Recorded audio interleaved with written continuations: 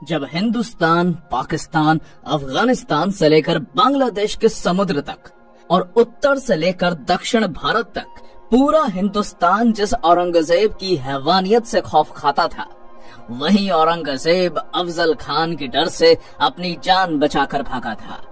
और उसी अफजल खान को छत्रपति शिवाजी महाराज ने 2 मिनट में ठोका था। अफजल खान को मारने के बाद पूरे हिंदुस्तान में कोई मुस्लिम बादशाह नहीं बचा था जो छत्रपति शिवाजी महाराज के साम्राज्य को रोक सकता था। सैकड़ों सालों से चल रही मुगलों की गुलामी को चीरते हुए इस हिंदुस्तान की धरती पर छत्रपति शिवाजी महाराज ने हिंदुओं का एक अलग साम्राज्य खड़ा कर दिया। शिवाजी महाराज की ताकत का अंदाजा आप इसी से लगा सकते हैं कि जब तक छत्रपति शिवाजी महाराज जीवित रहे, तब तक औरंगजेब ने महाराष्ट्र की धरती पर अपने कदम नहीं रखे।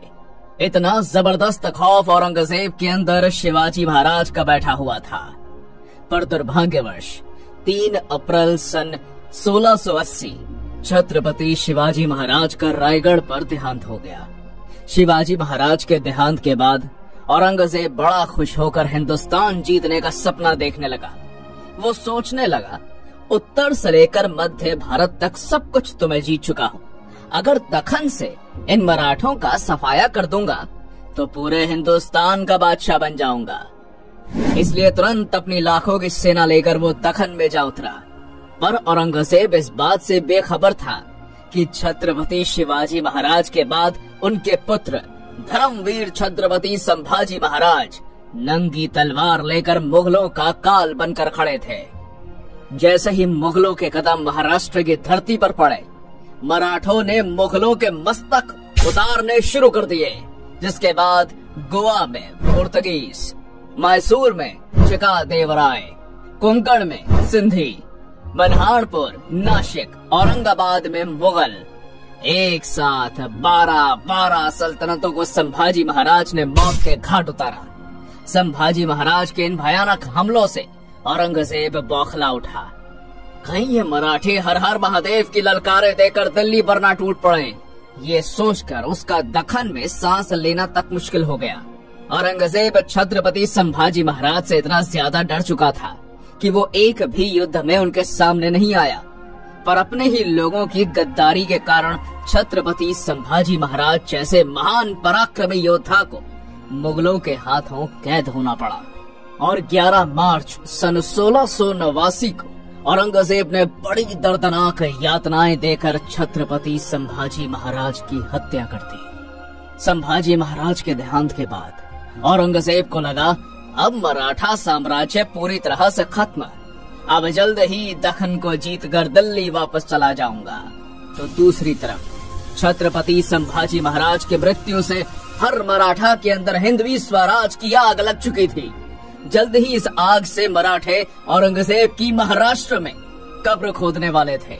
और अगस्त सन 1689 को अपने राजा की मौत का बदला लेने के लिए सह्याद्री के वीर मराठों ने औरंगजेब को महाराष्ट्र के तुलापुर नाम की जगह पर घेर लिया।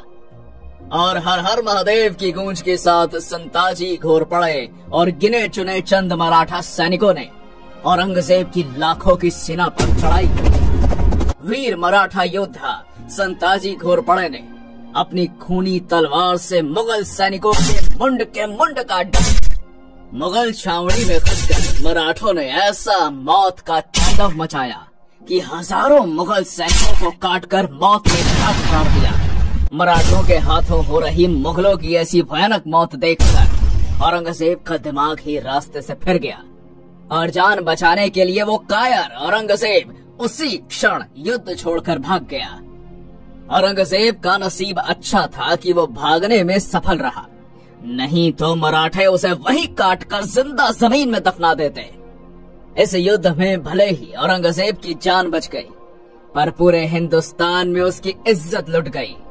मराठे यही नहीं रुके, उन्होंने मुगल छावनी के ऊपर के 2 सोने के कलश काटकर पूरी मुगल छावनी को तबाह कर दिया।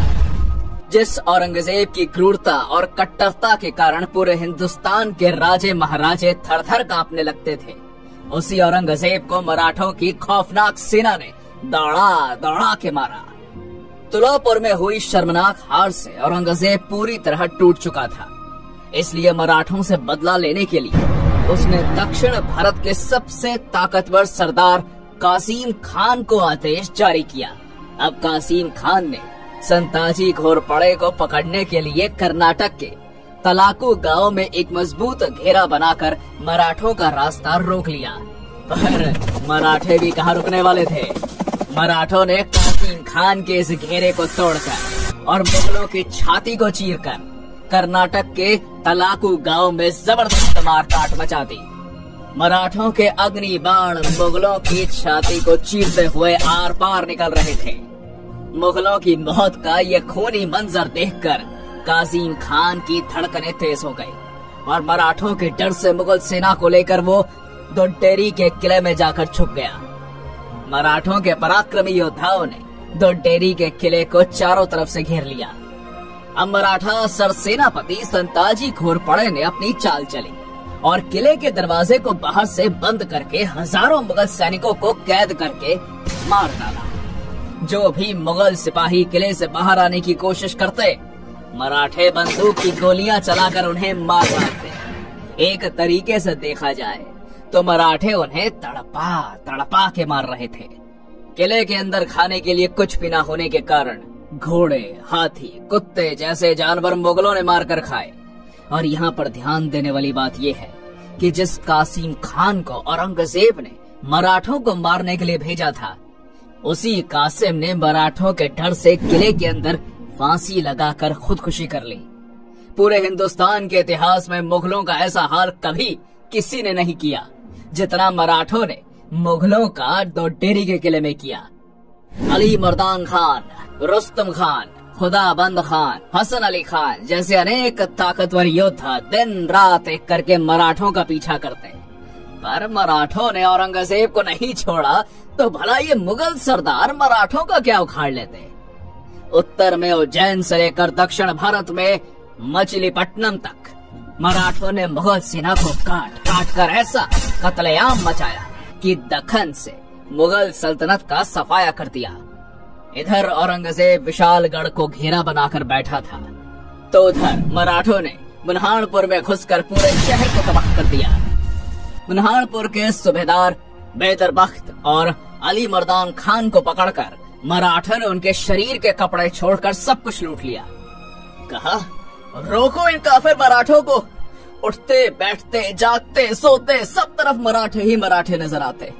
या अल्लाह, होंगे कामयाब या ऐसे ही लौटना पड़ेगा खाली हाथ। ऐसा चिल्लाते चिल्लाते औरंगजेब का महाराष्ट्र में दम घुट रहा था, पर मराठे रुकने का नाम ही नहीं ले रहे थे। ना पराजय की चिंता, ना मौत का डर।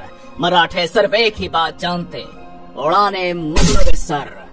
अब बारी थी मुगलों के घर में घुसकर। इसलिए वीर मराठा योद्धा धनाजी जाधव ने 80,000 की मराठा फौज इकट्ठा करके 4 मार्च सन 1706 को गुजरात पर चढ़ाई कर दी। गुजरात के रतनपुर के युद्ध मैदान में धनाजी जाधव ने अपनी तलवार से ऐसा कत्लेआम मचाया कि नर्मदा की बहती धाराएं भी मुगलों के रक्त से लाल पड़ गई। इस घमासान युद्ध में जो भी मुगल सैनिक मराठों के हाथ में आते, मराठे उनकी गर्दन काटकर सीधा अल्लाह के पास पहुंचा देते। आधी से ज्यादा मुगल सेना मराठों के खूनी तलवार से कट चुकी थी। अनेक जिहादी रणभूमि छोड़कर भाग रहे थे। कुछ नर्मदा नदी में कूद गए और बाकी बची हुई मुगल सेना को मराठे घसीट कर ले गए। खुद गुजरात के सूबेदार अब्दुल हमीद खान ने मराठा सरसेनापति धनाजी जाधव के पैर पकड़ लिए। इस तरह वीर मराठा योद्धा धनाजी जाधव ने अपने शौर्य और साहस के बलबूते पर गुजरात की मुगल सल्तनत को तबाह करके गुजरात में मराठा साम्राज्य का डंका बजाया। ऐसे ही एक के बाद एक औरंगजेब को दर्दनाक जख्म देकर मराठे उसे तबाह करने पर तुले हुए थे। फ्रेंच इतिहासकार निकोलाउ मारुची, जिसने कुछ साल औरंगजेब के दरबार में नौकरी की, इसी के साथ दक्षिण में आने के बाद वो छत्रपति शिवाजी महाराज से भी मिला था। ये मानुची लिखता है दक्खन में मराठों के खिलाफ उतरने से औरंगजेब के हर साल 1 लाख सैनिक और 3 लाख जानवर मारे जाते थे, जिसमें कुछ मराठों के हाथ, कुछ कीचड़ में डूबकर, कुछ भूख के कारण, तो कुछ नदी में बहकर। इतनी दर्दनाक मौत मुगल सैनिकों को मिल रही थी। मुगलों की ऐसी हालत थी तो जानवरों की तो पूछिए ही मत।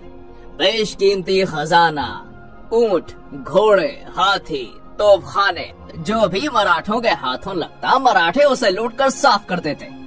मराठों के हाथों कुछ न लगे इसलिए मुगल इसमें से बहुत सी चीजों को जला डालते थे। मराठों के लगातार हमलों से औरंगजेब इतना कंगाल हो चुका था कि कई महीनों से मुगल सैनिकों का पगार नहीं हो रहा था। लगातार मराठों से मार खाने के बाद मुगलों की जीत की उम्मीदें टूट चुकी थी।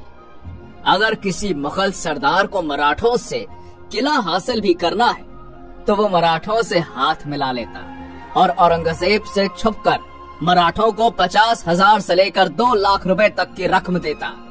बदले में मराठे उसे किला सौंप देते। एक तरीके से देखा जाए तो मराठे मुगलों को लूटकर मस्त पैसा बना रहे थे, तो दूसरी तरफ मराठों से हमने किला जीत लिया ऐसे झूठ बोलकर ये मुगल सरदार औरंगजेब को खुश कर देते, पर असल में वो उसे मूर्ख बनाते थे। इतनी बुरी अवस्था मुगल सरदारों की हो चुकी थी। इसके आगे मानोची लिखता है, औरंगजेब ने अपने पूर्वज अकबर, जहांगीर, नूरजहां ने जमाया हुआ सारा खजाना बाहर निकाला और मराठों से युद्ध करते करते खाली कर दिया।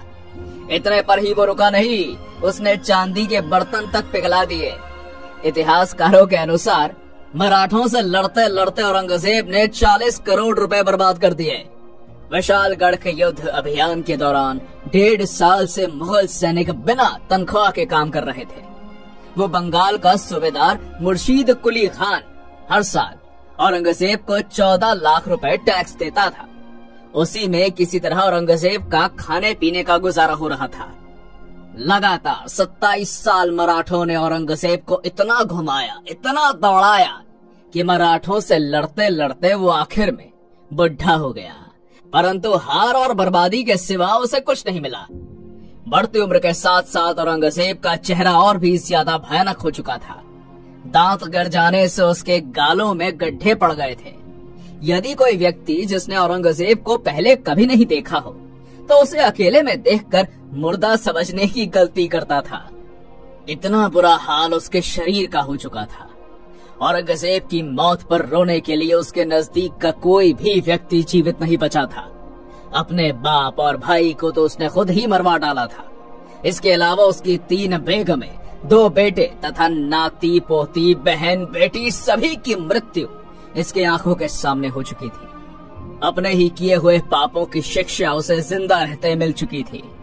अब औरंगजेब की मृत्यु का समय निकट आ चुका था, इसलिए मरने से पहले वो एक बार दिल्ली जाना चाहता था। पर जैसे ही मराठों को पता चला कि औरंगजेब बीमार है और दिल्ली जाना चाहता है, तो मराठों ने तुरंत अहमदनगर को चारों ओर से घेरकर मुगल प्रदेशों में लूटपाट मचा दी। इसी बीच औरंगजेब भयानक दर्द और पीड़ा से गुजर रहा था, पर मराठों के कारण उसे इलाज मिलना भी संभव न हो पाया और 3 मार्च सन 1707 को महाराष्ट्र के अहमदनगर में वो नीच औरंगजेब तड़प तड़प के मर गया और हिंदुस्तान का बादशाह बनने का उसका सपना उसी की कब्र के साथ दफन हो गया। पढ़ लेना कभी औरंगजेब का मृत्यु पत्र, सिर्फ एक ही हिंदू राजा का नाम आएगा, छत्रपति शिवाजी महाराज का मराठा साम्राज्य। दोस्तों, इस वीडियो का टारगेट है 2000 लाइक। उम्मीद है आप जरूर पूरा करेंगे।